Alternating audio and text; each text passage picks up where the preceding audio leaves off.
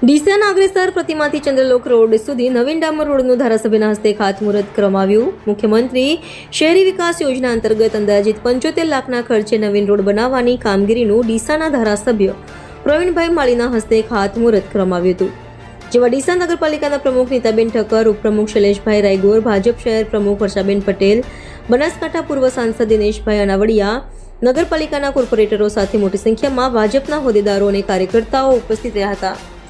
જ્યારે ward number 5ના વિસ્તારના ખાતમુહૂર્ત કાર્યક્રમમાં એક પણ કોર્પોરેટર હાજર જોવા ન મળતા સવાલો ઊભા થયા હતા।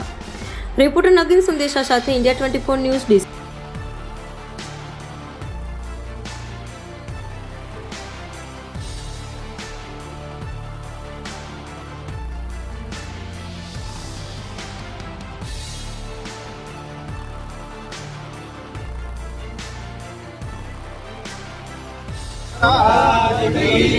बोलो धरती